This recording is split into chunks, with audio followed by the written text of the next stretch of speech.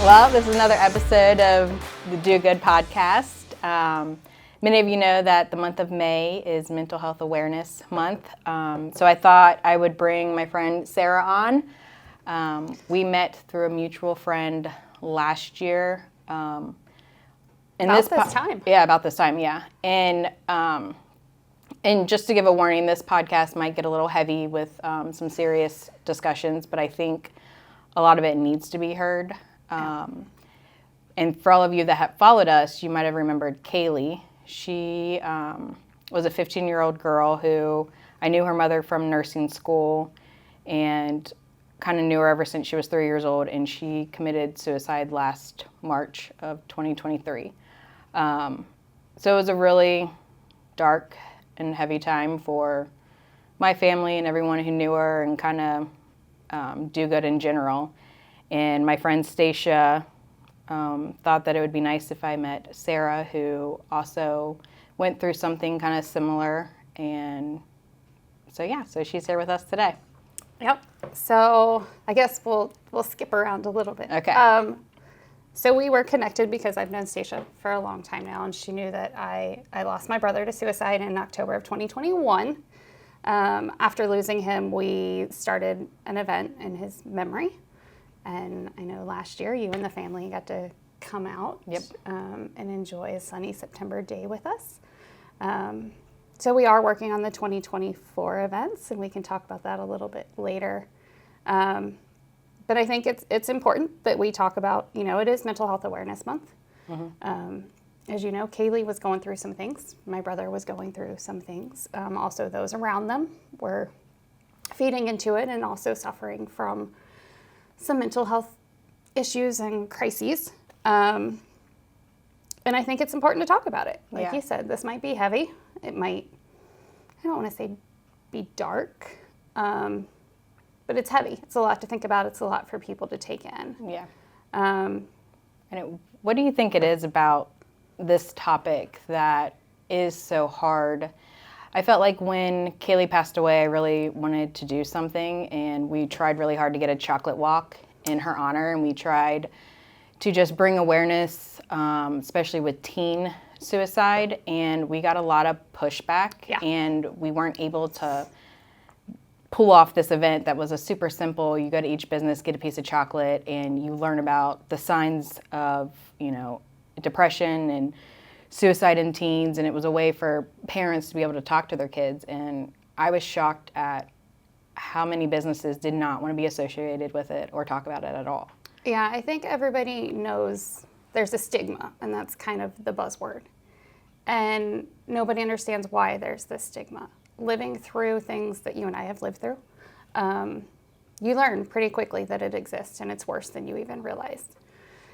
I think it's because people don't want to talk about when they're having a hard time. They don't want to talk about the problems they have. They don't want to talk about when they're facing difficult times. They don't want that to weigh on others. They don't want to seem like they're failing at something. Mm-hmm.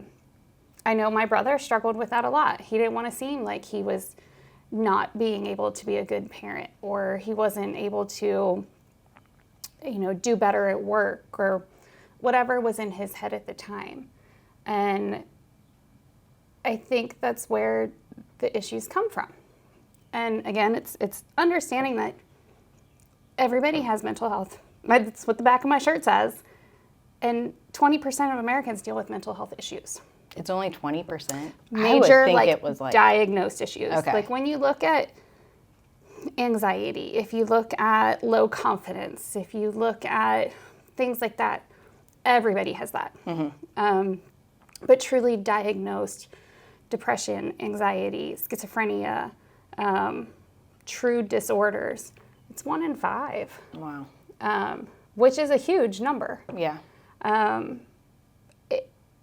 when you look at that, it's so hard to believe so many people are suffering every day, but nobody wants to talk about it. Yeah. So what I've found a lot dealing with my brother, and I think I've told you this when we've had coffee before, I talk to people. I ask questions. When I started our event, September 2022 was our first event, all of a sudden people were coming to me. People wanted to share their stories. People wanted to tell me about their losses. And there's this thing, not just with the people that you lose, but when you lose someone, that you're siloed. So when I lost my brother, I have a mom, I have a sister, I'm married, I've got a teenage boy. You don't feel like you have anybody to talk to even through your grief. Because again, people don't want to talk about that they've lost someone to suicide. I lost my dad to a heart attack. I've got dozens of friends I can talk to about losing a parent to a heart attack. Yeah. I don't have people I can talk to about a loss to suicide. Which is crazy to think, because I feel like a lot of people, it might not be directly their family, but they know someone who has committed suicide. So it's not like it's this foreign concept that you don't hear about. I feel like I hear about it quite a lot in the recent years. I mean, it's the second leading cause of death for, I think it's 15 to 49-year-olds. Yeah, so it's like we need to talk about it. So this isn't rare. It's not a one-off occurrence. It's happening every day to anybody and everybody. And it was really heavy on me at first doing the event and hearing these stories. You know, I had a stepmom talk to me. They live on the East Coast. Her 15-year-old stepson, Jack, was autistic, was bullied at school, and committed suicide. Like, hearing stories like that, hearing Kaylee's story when you and I sat down and talked, especially kids, because I have a 15-year-old, like, it's heavy. And it's a lot. And it's, youngest one I talked to was the mom of a 12-year-old. Man.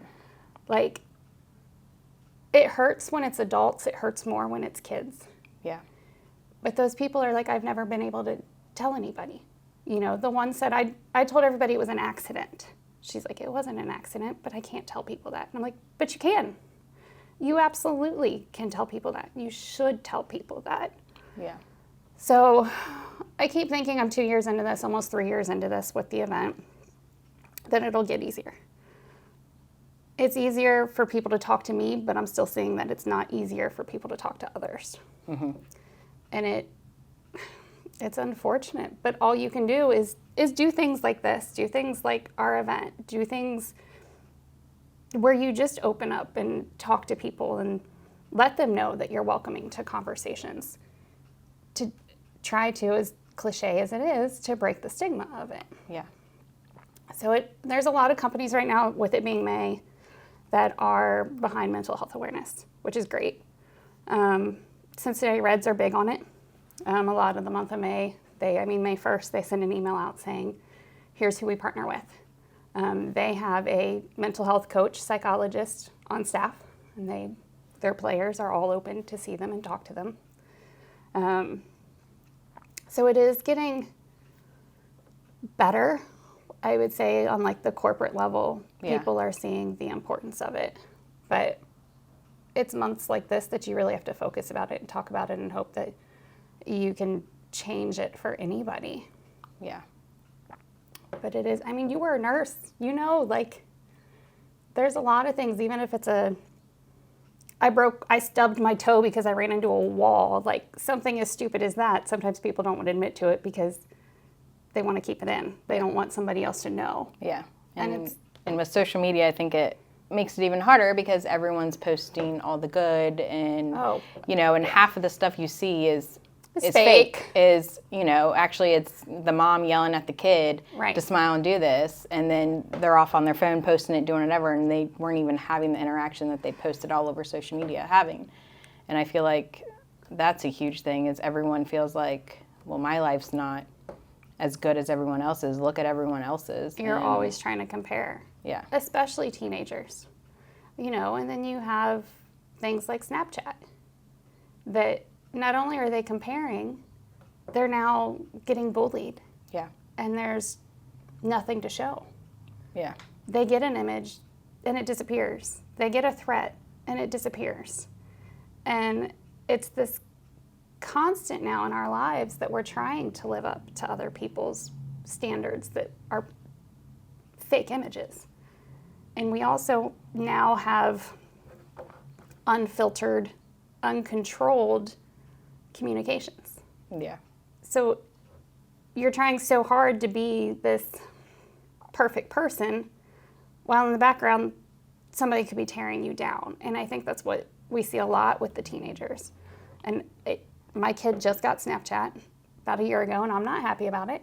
But it's the way they communicate. They don't do group text. They do group snaps. Yeah, that's what my sister says, like, their baseball team will all snap something about, a practice or a game or something. And she's like, he has to have it pretty much to be able to stay, up to date on things. And I don't know, I feel like us adults, especially if it's like a team thing, there needs to be something different than using Snapchat. And also, like, when we were in school, like, if you got bullied at school, it stayed at school. Yeah. This follows you 24/7 now. And that's something I've told my son. Like, he's got his first little girlfriend.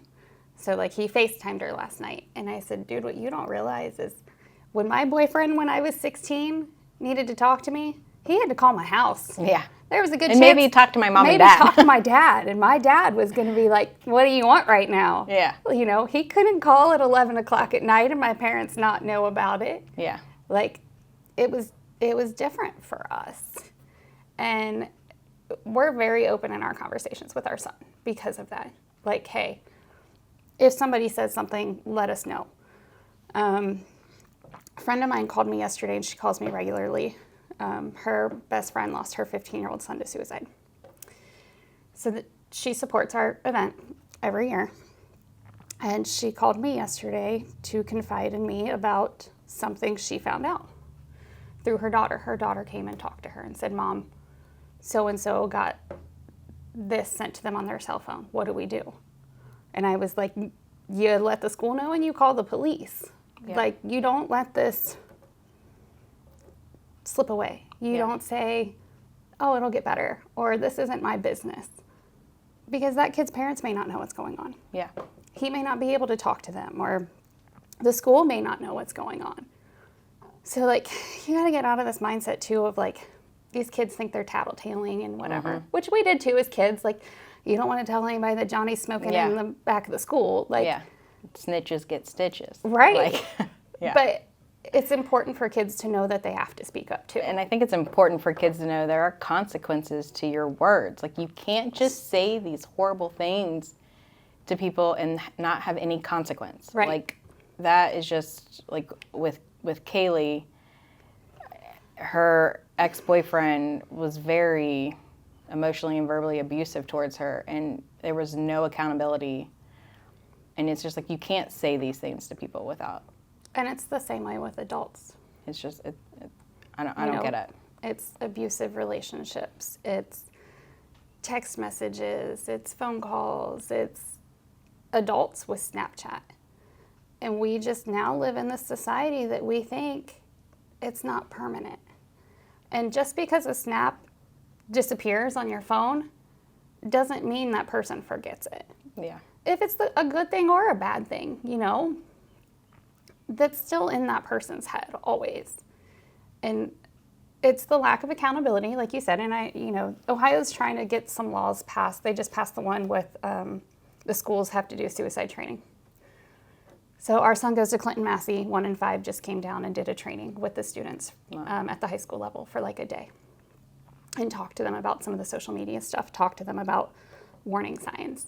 And I emailed our principal and was like, this is the best thing. Like, we need this. I think I read somewhere, it might have been 1 in 5 or 1 in 10 high school kids have thought about suicide.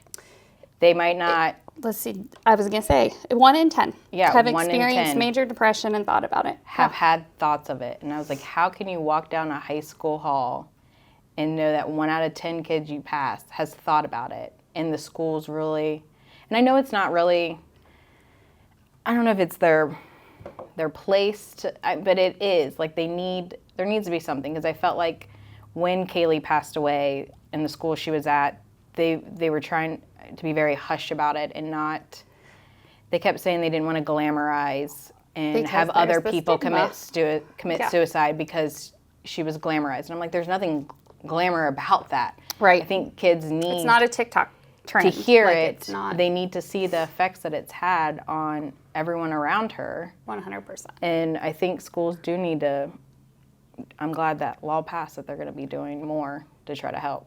Yeah, and it, a lot of schools right now, too, have started Hope Squads. I have heard about that. So King's has one. Clinton Massey had one. I think we've transitioned to a different organization now. I don't know if we're still with Hope Squad. But it's getting kids involved. There's a teacher who's a leadership position. The kids get involved. They do things like show kids around on the first day of school when they're transitioning buildings, or sit with the new kids so that they have a friend for the day. And they really work to try to make other students have a positive experience. Yeah. They do learn about suicide prevention.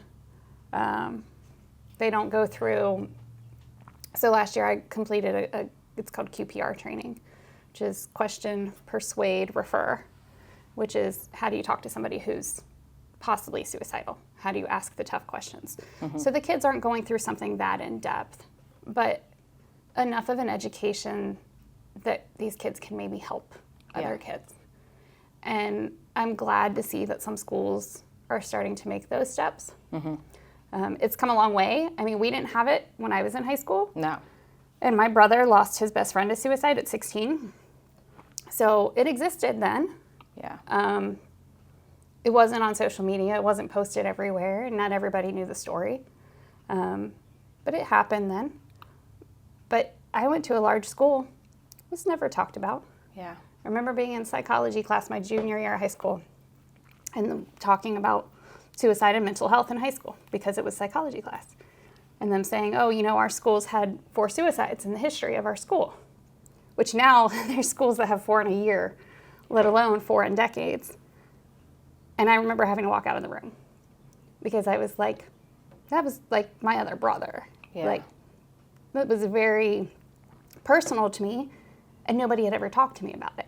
Yeah. I was 10 when it happened. Wow. So it had never been brought up until that day, my junior year of high school. Wow. So we've come strides.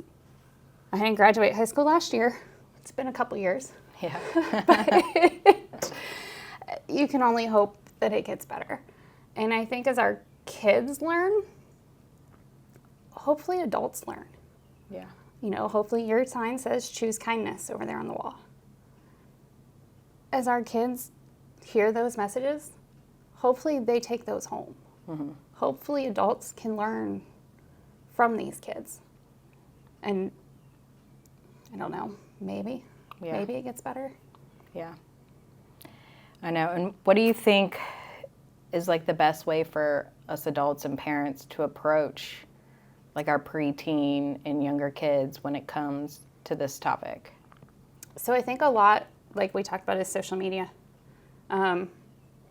Talk to them about stuff on there is not always real. Talk to them about, you know, there's fake profiles. Hey, people are going to be mean. I think with our youth, that's a huge starting point. Checking their social media. You know, I check my son's phone once a week. Instagram messages, text messages, whatever. And I call him out like, hey, I know you were texting this person. Why are these messages deleted? Yeah. So it's not, he's like, Mom, you're being a helicopter mom. And I'm like, dude, no, I'm not. Like, I'm doing this for your well-being. Yeah. You're not getting in trouble for things that you say. I'm making sure you're not being hurt. It's different in our house. We talk openly about it. I think for other people with kids, you have to keep that open line of communication. Just like we talk to kids about eating junk food all the time is going to lead to cavities and heart disease. Why can't we talk to them about bullying and choices and things you say to people can lead to suicide and mental health issues? Yeah. To me, it's the same conversation. I know. And like, what age do you think, because I mean, you said the youngest that you knew, she was 12. Like, I don't, like my daughter's 10. And I don't know if I've had a real, and now that I'm thinking about it, I don't really know if I told her what exactly happened to Kaylee. Right. She met Kaylee, I think, only once or twice. And she didn't come to the funeral with us, but she knew that she had passed away and that she was only 15. But now thinking back, I don't know if we really went in depth of what happened, and now I'm like, I don't know. She just seems so young to Right. talk about that, but at the same time, it's like, it's just our reality now, and it needs to be talked. And I think when the threats become greater, when they start getting introduced to social media, when you start hearing about issues at the school, you know, I remember my kid coming home and talking about being bullied. And, you know, it's not coming out and saying, Kaylee died by suicide. It's coming out and saying, hey, you know, Kaylee had somebody that was maybe saying not so many nice things to her, and she didn't tell anybody, and, you know, if she talked to her mommy and daddy, like, they could have helped. They could have talked to somebody or helped her get through it. So I think when they're younger like that, you approach it more that way, compassionate, and in a way that they understand. And then you build up to it, you know, as they get older. Mm-hmm. And because at 10, you don't want to tell them that stuff yet. It's heavy. Yeah. And I mean, I know that it's inevitable. They're going to have social media. They're going to get a phone. But I am, like, dead set on my kids are not getting a phone until, like, high school. They're driving. But I know. But then at the same time, I'm like, are they just going to get bullied now because they're the only kid in class without a phone? And they're the only kid that's not in the Snapchat group talk. Yeah. And is that just going to lead them to feeling more isolated and alone and not part of their, you know, peers? And it's just such a hard balance of, I want to restrict it, but I don't want them left out either. And, like, where is that happy medium? Yeah, I just was at a conference for the pharmaceutical industry, so not related to this. And I was in Florida, and it was at the airport or at my hotel that had and I forget what it was called, but it was something about a promise till 8th. Mm-hmm. And it was a thing where you could sign up and basically say, my kid's not going to get a phone or social media until 8th grade. I signed it. Did it's you? called Wait Till 8th. Is it Wait Till 8th? Yeah, I was like, I just saw it. A friend sent it to me, and I'm like, heck yeah, let's do it. Let's wait till 8th grade. And I think our son was 7th grade when he got his. But he's got an iPhone.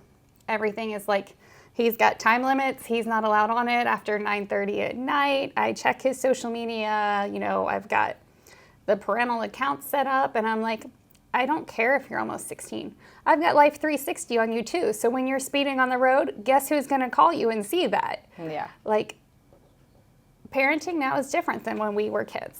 Yeah. Yeah, everyone's like, oh my God, could you imagine if our parents had Life 360 on us? And I'm Yeah. like, oh yeah, I'd probably be in some trouble. Yeah. But I got caught a couple of times too, because they'd call and see if the parents were there. And sad for my kids. Like, part of me is sad. Like, I know I want to be like, I want to put Life 360 so I can see where they're at and what they're doing. But at the same time, like, I ended up okay, and you didn't die. I know, You're and here. it's like taking a little bit of that independence, privacy. I don't know. It's like a hard thing to balance. Like, I feel bad. I wish that they could grow up the way I grew up, but I know you can't. And we didn't have the distractions they have. Yeah. So they have other ways to get in trouble, other ways to sneak around that we didn't have. Yeah. So we learned from our childhood, you know, how to parent. We didn't learn how to parent this new generation. We didn't learn to handle their struggles, to manage a cell phone with a 8th grader. Like, Yeah. literally we're learning as we go. And you ask any parent and everybody does it different. Mm-hmm. And there's no wrong way. There's no right way. Yeah. Like, every kid's different. Every situation's different. But yeah, it's just a hard battle of what works best for you and your kid and your family. and you've got 4 kids? 3. 3. Mm-hmm. Why did I think you had 4? Because I always have a kid at my house from the neighborhood. Always. All 3 of your kids may have different rules. Yeah. By the time you get to your youngest, Oh, I already know that my middle child will have more strict rules. yeah. Like, it's already done. Like, she already knows. Like, she is going to probably be the last one to get a phone just Right. because she's just different from the other 2. Right. And she knows that because you have conversations with your kids, Yeah. you know, and it's about anything. You know, she already knows that you're going to be harder on her. She already knows she's the troublemaker, you know.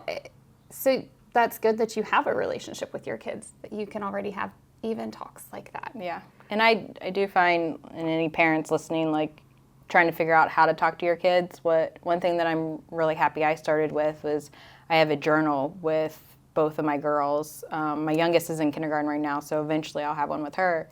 But we like write in it and then we leave it on the bed. And so then I'll read what they say and then I'll write them back. And it sparked a lot of like conversations because, and I know a lot of our followers know that they were all adopted from foster care, so they have a lot of questions about their biological parents, and it's a really hard conversation to have face to face with me. Right.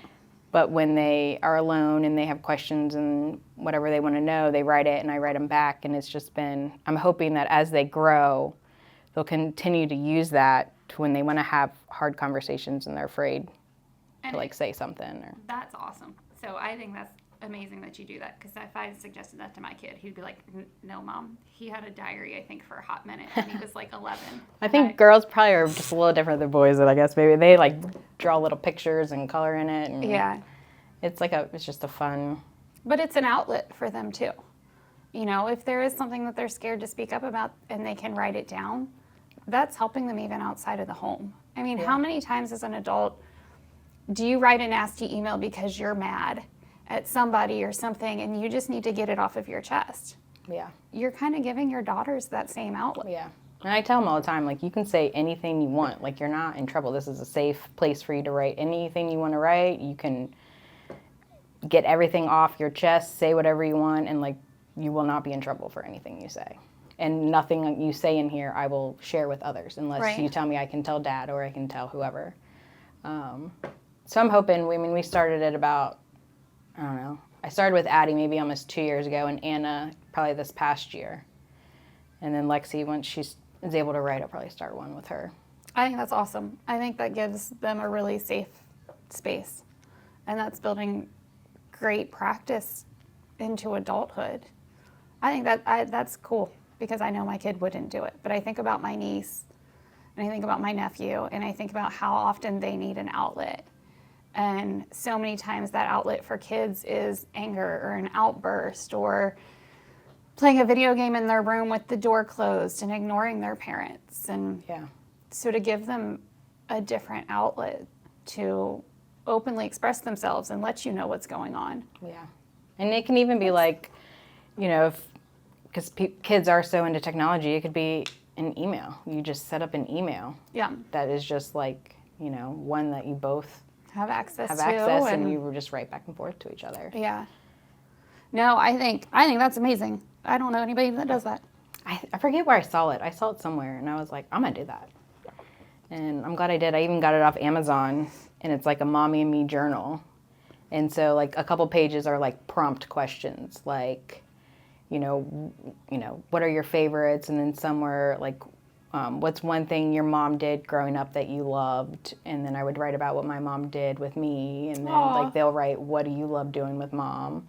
And so it gives you some, like, little prompt questions, and then some are just blank pages for when you're, like, writing questions. Now, having multiple kids, because, again, I only have one, what do your dinner time conversations look like to, like, wind down the day? Like, are you prompting questions, or is it everybody eat as quick as you can with all of the neighborhood kids and go do something else? No, I think that's why all the neighborhood kids gravitate towards my house. Like, my house is, at the dinner table is always 2, if not 3 neighborhood kids sitting there either eating with us or just sitting and listening to us talk while we eat. But my parents were very big at dinner time was spent around the table talking. Like, we would sometimes finish dinner and still sit there for an hour or 2 just having conversations. And we always go around and we, you know, say, what are we grateful for today? What happened today? And we have conversations. But I was just telling my husband, I saw on Amazon, it's like a box that says, like, family, like, starter questions, and then you pull one out every night, and it's like a question that you can talk about at dinner. But yeah, we're really big at dinner time is spent at the table, no phones, no distractions, have conversations. And I think that's why all the neighborhood kids love to come over. That's how we are too. So we every night sit down, there are no phones at the table, and it's a conversation. And sometimes it might be a short conversation. Sometimes the husband might be mad about a baseball performance or whatever, but we all sit together. Yeah, and with sports schedules, there are some nights when it's, me and only 2 of the kids, and then Yeah. when Will gets home with Addie from gymnastics, then they'll sit together and have dinner, and half the time we'll still sit around while they're having dinner, but if we're all home, we're all together at the dinner table having a conversation. And it may be 8 o'clock, 9 o'clock at night before we may sit down and eat, but we make sure we sit and we eat together. And again, it's one of those things that I think is so important because you're connecting with your kids. And you can't build a relationship with your kids if you're not connecting to them. And, I look at my niece and nephew, and they've lost their rock.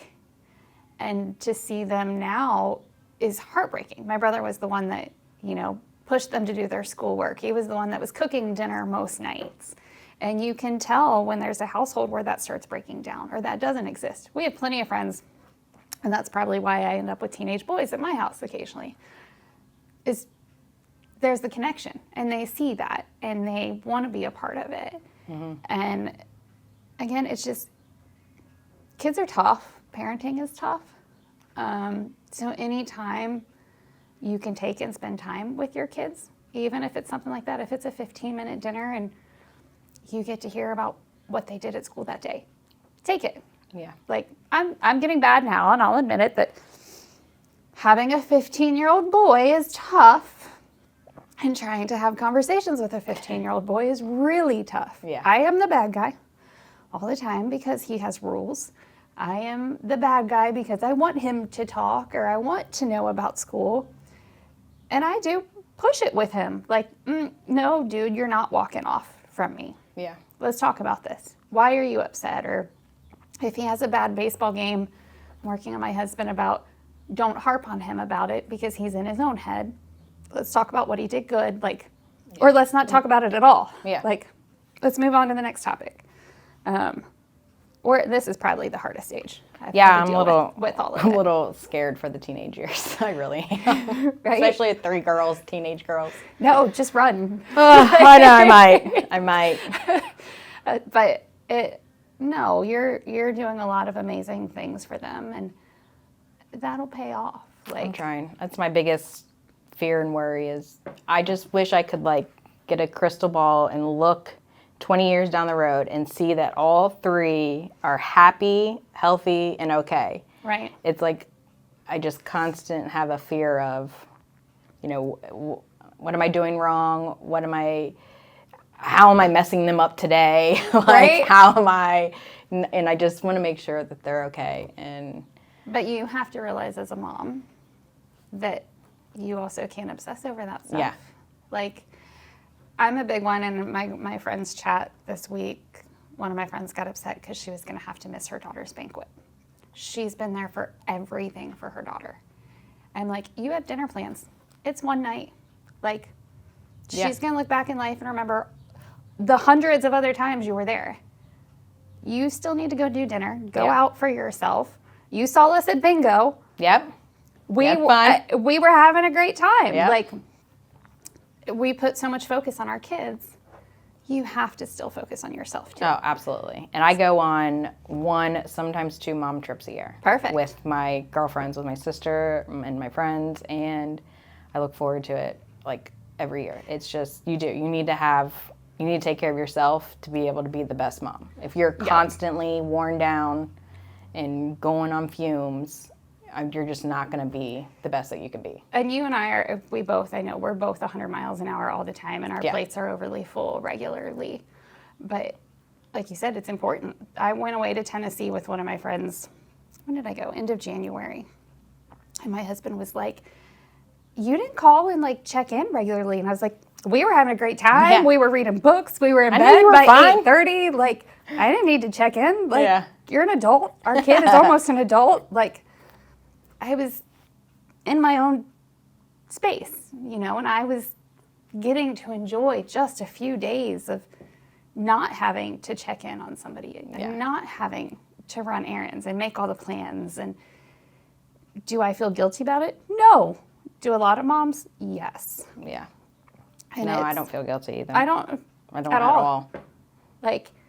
You have to do stuff for yourself. And I always tell my husband, just go do it. You don't have to ask permission. Like, if you want to do something, go do it. I don't care. Like, Yeah. I think, again, we, as adults, we worry about, are we screwing our kids up? Yeah. You know, what did we do today that It's going to scar them for life. Right. It's going to impact them for the rest of their lives. Versus, what am I doing today that's going to help me? And it's not selfish. I hear that from my friends a lot. Like, I just feel so selfish if I do something for myself or I buy myself something.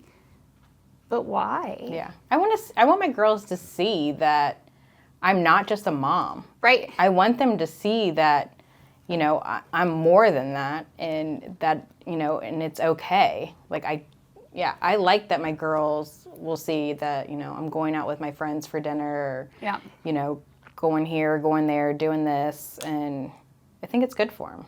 And you're balancing your life. Yeah. Like, you're not so focused on just being a mom.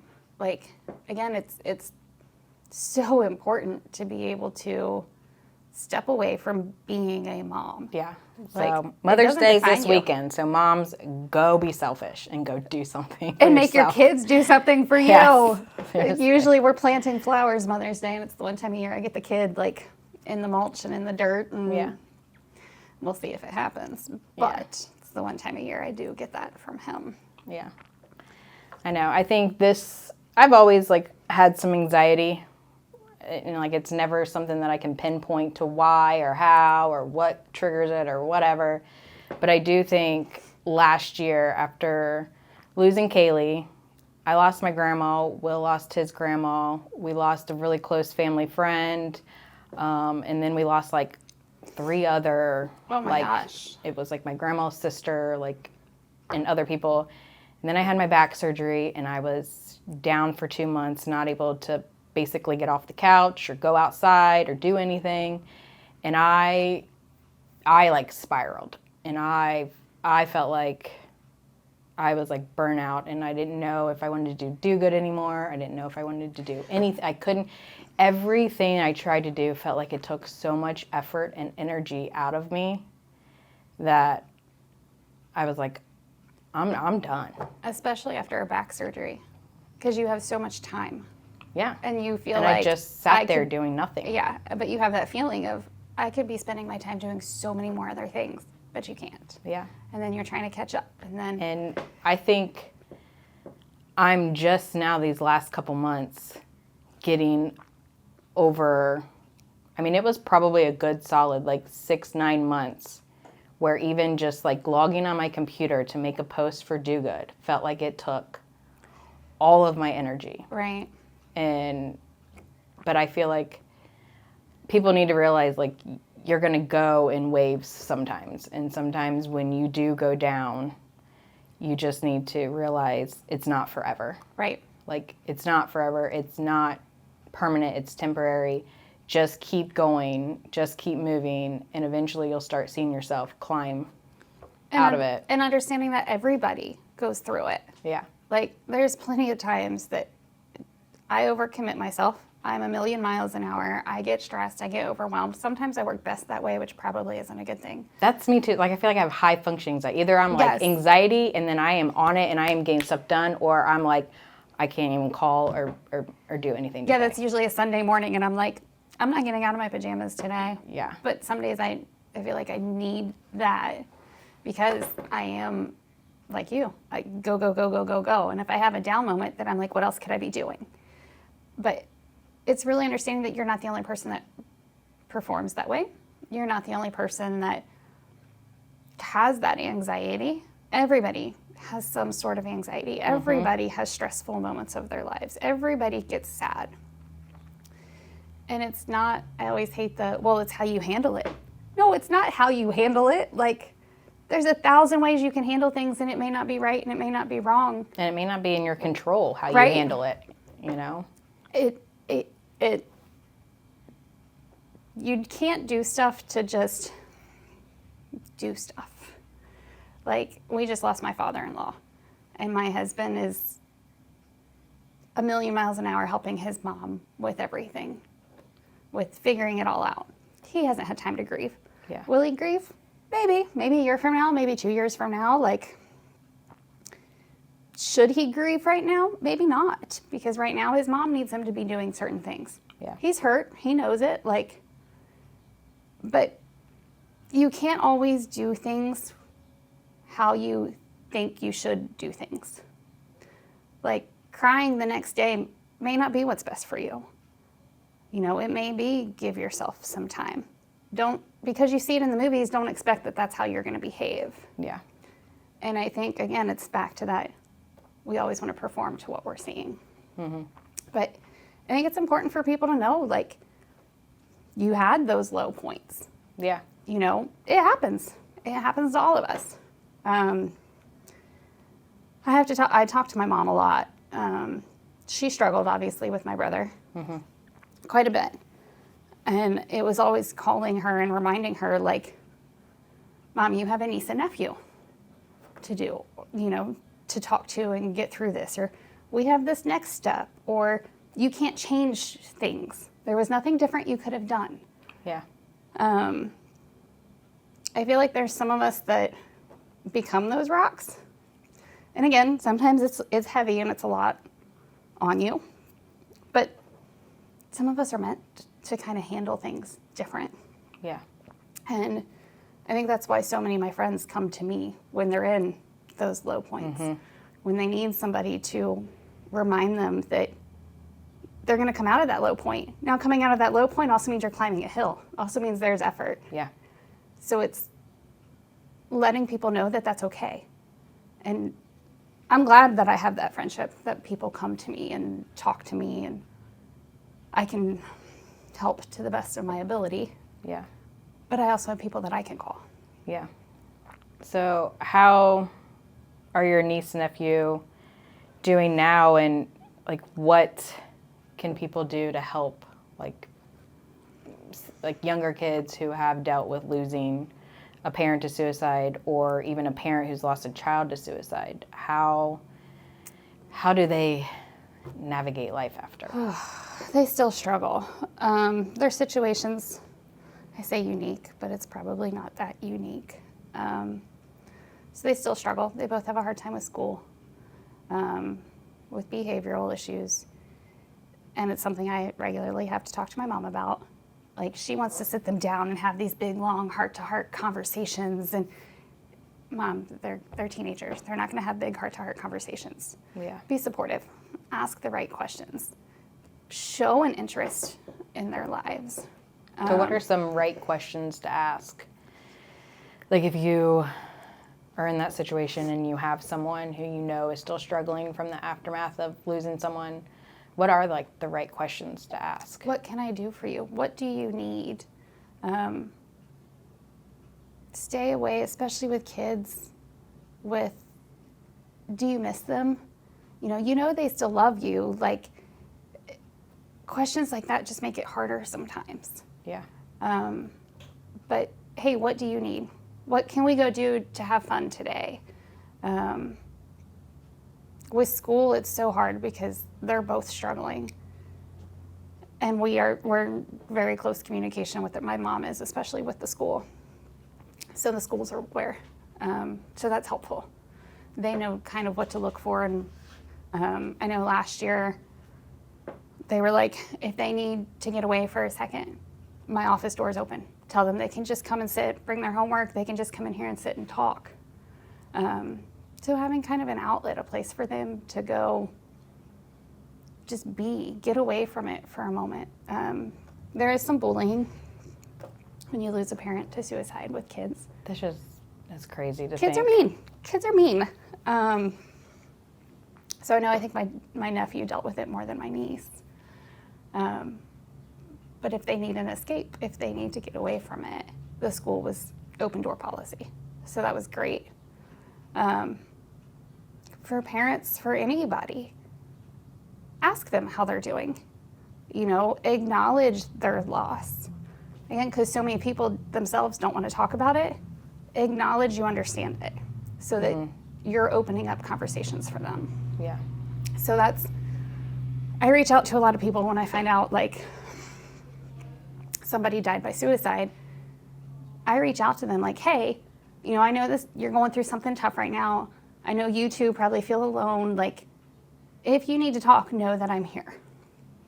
You know, complete strangers. Yeah. Because I've been there.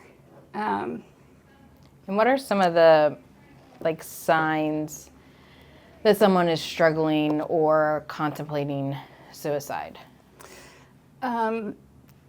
Excluding themselves from things, starting to like withdraw.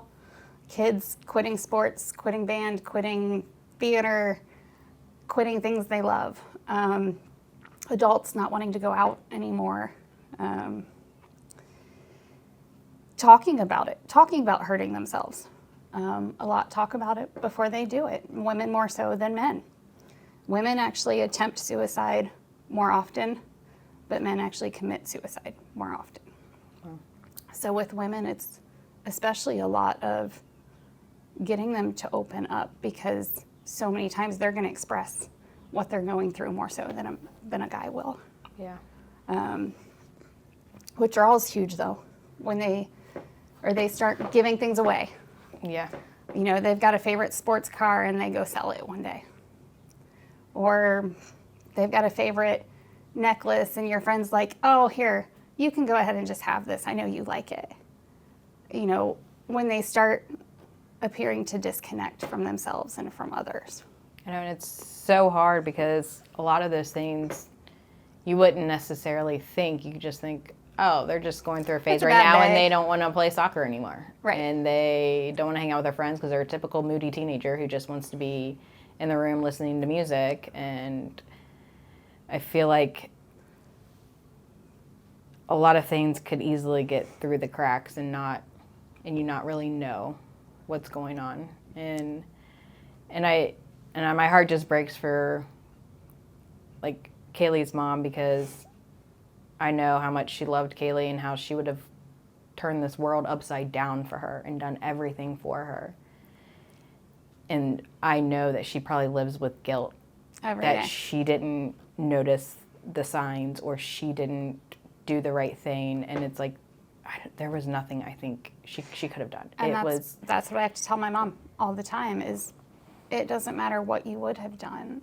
It may not have changed things. Yeah. And you have to get through that stage of guilt. It's a stage of grief with any death, but you have to get past that. And with suicide, it takes so much longer because everybody feels like they should have done something. And a lot of times, some of those people have done stuff. They've tried to help. To me, it all goes back so much to just having open lines of communication and being willing to talk and being a safe sounding board. And there's just a lot of people that don't have that. Yeah. But sometimes you don't see the signs. Sometimes there are no signs. Sometimes you do think it's just a kid who is done playing soccer. Well, ask them, why don't you want to play soccer anymore? What else is going on? You know, how are your teammates? How is your coach? Like, it's not prying. Don't feel like you're prying. Yeah. You're checking in on your kid. Yeah.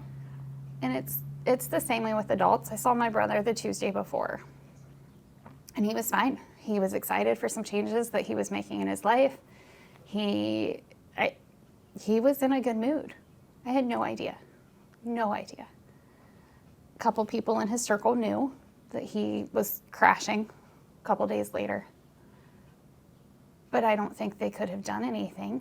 Yeah. He's an adult. He wasn't going to admit himself anywhere. He wasn't ready to acknowledge fully that there were issues or that there were issues out of his control or in his control that he could change. Yeah. And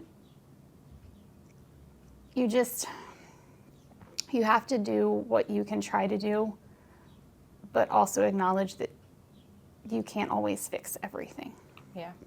And I think the thing that's hard with suicide and when you lose someone to it is it's not like they got sick or in an accident and it was something you couldn't avoid. It just happened. Whereas like I find myself sometimes if I'm driving thinking of something because my niece and Kaylee are the same age, like Kaylee should be here doing this What your too. niece is She should be doing. going to prom right now. Right.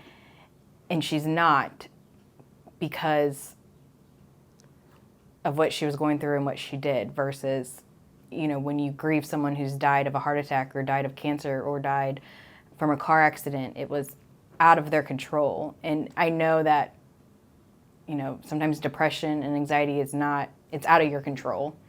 That sometimes there's just something chemically wrong and it's out of your control, but it's just a different kind of like grief and thinking about it. So as I was like jotting things down to bring with me today, only 42% of Americans with mental health get treatment. Only 42%? Only 42% of those diagnosed seek treatment. And why is it so hard to get treatment? Like, I feel like it the is wait list so for getting a therapist is long sometimes and you can't find one. I feel Insurance like doctors coverage. will just be like, here's a pill, take it, I hope you feel better. Like, I just feel like treatment is sometimes very difficult. It is. And it's because so much of it comes down to the individual and what they're willing to do, especially adults. As an adult, you have to be willing to go. If it's like a 3-day treatment center, you have to be willing to go to that place and say, I have a problem and I need help. Most people would rather just take the pill and hope they feel better. Yeah. So it is hard to get treatment. It's hard to get the right treatment, but it's also hard to get people to admit what they need. So one of the other things I wrote down is on average, it takes 11 years for somebody to seek treatment. 11 years? Wow. So for 11 years, somebody may be anxious, they may be depressed, but they're not ready to admit it yet. It takes that long, and sometimes for somebody to get way off to actually go ask for help. It feels like after 11 years, it just becomes, well, that's who I am. Right. Like, I've just accepted I'm an anxious person. Yeah. I have anxiety. Like, it becomes, that's just who I am. Right. And so then I can see how after so long, you're just like, well, this is who I am. I don't need treatment. Right. Because this is just who I am as a person. I've learned I'm how to not live broke. like this. I've learned how to live with anxiety. So Yeah. And my husband's sister is psychoschizophrenic. So she really can't live on her own. So you want to talk about a very extreme mental health disorder. She is on the extreme. And even with her, because she's an adult, she still has to admit that she has a problem.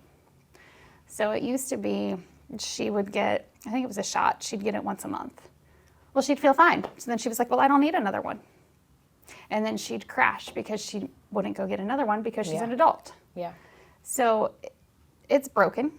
But same thing with, you don't think about it, but heart disease. Somebody has high cholesterol and they're like, no, I feel fine. I'm going to stop taking my pill. And then they have a heart attack. Yeah. So as adults, we need to know to make the right choices and when to make those decisions that are best for us. Yeah. And to advocate for yourself. If you talk to your primary care and they're like, nah, here's an antidepressant, let's move on, and you don't feel that it's working for you, try different prescriptions. Go see a different doctor. See if they can refer you. You're always going to be, any patient, you're always going to be your best advocate. Yeah. It's tough. Yeah, it is. It is hard. And it's crazy too to think, so your Drive Hope isn't it like one of the only suicide prevention events like in this area? So we are one of the few.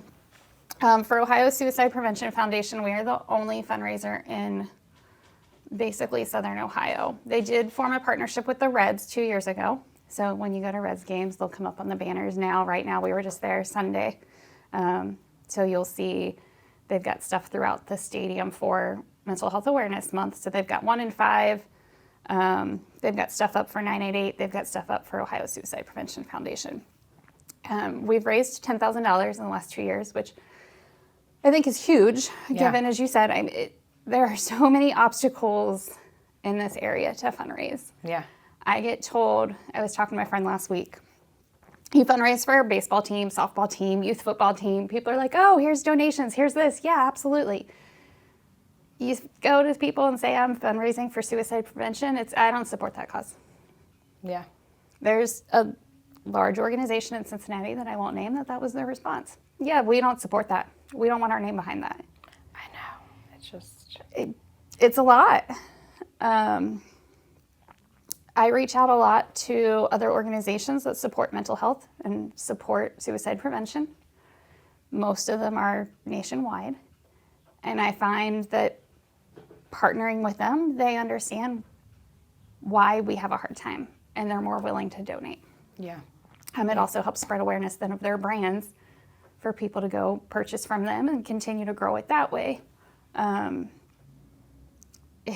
Yeah, I was shocked. I mean, we hold events all the time, and I've never had an event not actually follow through and have the event. Right. Like, we had everything lined up, and it was just, the businesses really didn't want to get behind suicide prevention, and it was just a big, I couldn't believe it. But you look at things like the Heart Walk. Again, heart disease is the number one. Suicide's the number two.